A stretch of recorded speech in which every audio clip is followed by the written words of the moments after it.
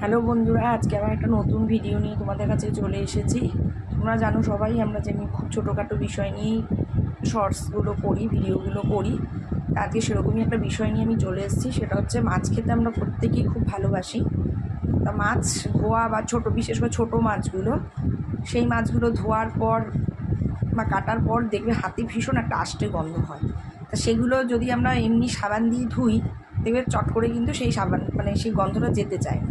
তো এক্ষেত্রে আমি যেটা করি সেটা হচ্ছে একটু সর্ষের তেল মেখে নিই, ভালো করে একটু সর্ষের তেল মেখে নিই। সর্ষের তেল মাখা হচ্ছে এমন জবজবে করে মাখবে না, এমনি হালকা করে মেখে কাজ করতে থাকবে। তারপর বেশ কিছুক্ষণ পর যদি তুমি সাবান দিয়ে ধোও, দেখবে গন্ধটা অনেকখানি চলে গেছে। এটা আমি করেছি এবং এটা আমি সমাধান পেয়েছি। তোমরা করে দেখো, উপকার পাবে। আর তোমাদের কমেন্ট জরুরি। আর আমার ভিডিওগুলো ভালো লাগলে সাবস্ক্রাইব করে পাশে থেকো।